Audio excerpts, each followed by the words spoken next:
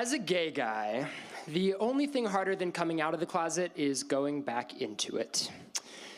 I grew up in a pretty conservative Catholic area, and so you can imagine when I came out in 10th grade that I had kind of a rough go at it, and I spent a lot of my undergraduate years working to sort of deconstruct the walls I had built up in high school. And then when I graduated, I had built up some self-esteem, so I pushed myself to apply for a Fulbright grant to go and teach English in Malaysia, and to my surprise, I was accepted. And Malaysia, for those who don't know, is a pretty diverse country within the region of Southeast Asia, but it is still a majority Muslim country, so the government operates under Sharia law, and Sharia law forbids homosexuality. So I recognized in accepting my Fulbright grant, I was going to have to go back into the closet for the year, and I spent my months before my flight prepping as best I could. I untagged myself on social media from any pride-based photos, and I downloaded 3 seasons of Drag Race on my hard drive, so I had them if I needed them.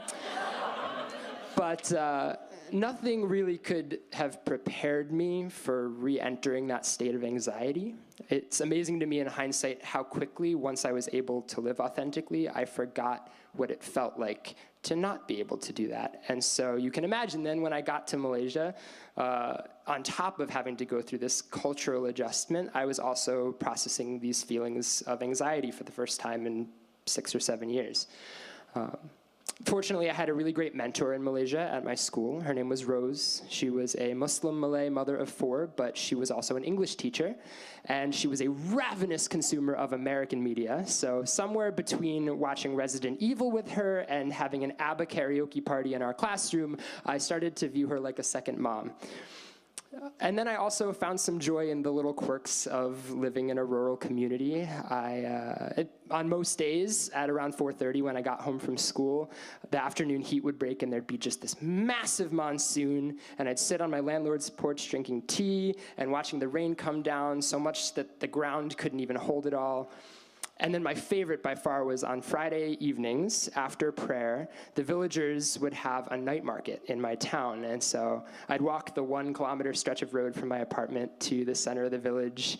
And it would be right after the storm broke, so the clouds would open up and there'd be just the most brilliant sunsets. And I'd get to the center of town and there'd be music playing and laughter, and kids would come up and hand me exotic fruits to try, and there would be locals selling like live fish flopping on ice and knockoff Coco Chanel handbags and bootleg DVDs from around the world. And in that space, I was really able to stop thinking of myself in this Western individualist mindset and see my place within the collective of my community. And that was enough to make me feel settled for about half of the year. But then one morning I was reading the news and I saw a headline that caught my eye that a 17-year-old named Naveen, about 2 hours from where I was living, had been beaten and branded and raped and killed by 6 of his high school classmates who thought that he was gay. And in that moment, all that anxiety I had shed off came flooding back into my cheeks. And I, for the next couple weeks, would get to school every day and not be able to concentrate on anything. And Rose, in her motherly glory, noticed something was wrong. So one day she came up to me and said, "Nate, we're leaving school early. I'm taking you to lunch." I was like, "Oh, okay, I'll take any excuse I can get." So when we were in the car, as any good mom would, she started to pester me a little bit and say, "Nate, what are you hiding? I know there's something on your mind. I'm here for you. You can tell me anything." And I was sitting in her passenger seat just shaking with the image of Naveen in the back of my head. And I said to myself, well, Rose clearly cares about me. And I want to still have a friendship with her after I leave Malaysia, so she's gonna find out. Maybe I should tell her. Maybe this could be a chance for me to help her understand. So I set 2 ground rules. I said, first of all, this has to stay between you and me. And secondly, you must promise me that you believe me when I say that what I'm about to tell you has nothing to do with my teaching of our male students. because that's an all too real assumption that's made about queer educators. Fortunately, Rose accepted, and I told her. And she responded the only way she knew how. She said, well, Nate, it's okay you have a disease. I'm your mentor. I'm here to help you. I paused it. I said, all right, to be clear, I don't want to change.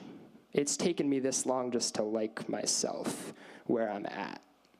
I'm telling you this because I care about you, and I know where you come from. You might not be able to accept it, but I'd love for you to just try and understand.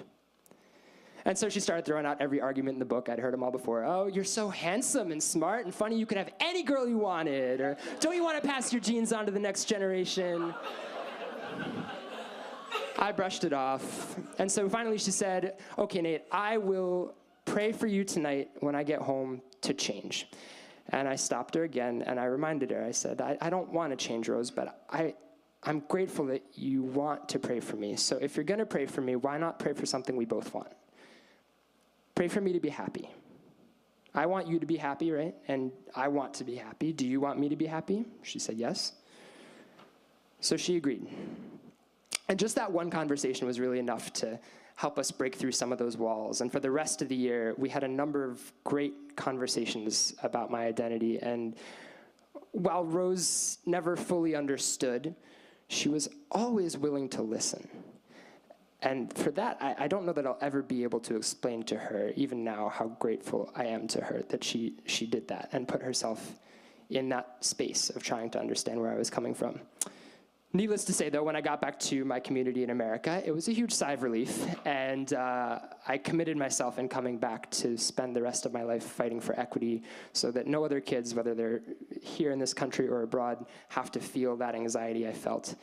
And then, about 2 months after I got home, I got a text from Rose, and Rose said, Nate, I get it. I was like, you get what? I get what you mean. I get how you feel. How do you get it, Rose? Well, I was at the night market last night, and I stopped by that bootleg DVD stall, and I found a copy of this movie called Love, Simon. And I bought it, and I watched it, and I cried, Nate. I know what you feel now. You are Simon. Now, Love, Simon is a pretty Hollywood, glamorized vision of what it means to come out in America. But in that moment, I was just so touched that she had gone out of her way to do that I just said, yeah, Rose, yeah, I'm Simon. Who cares?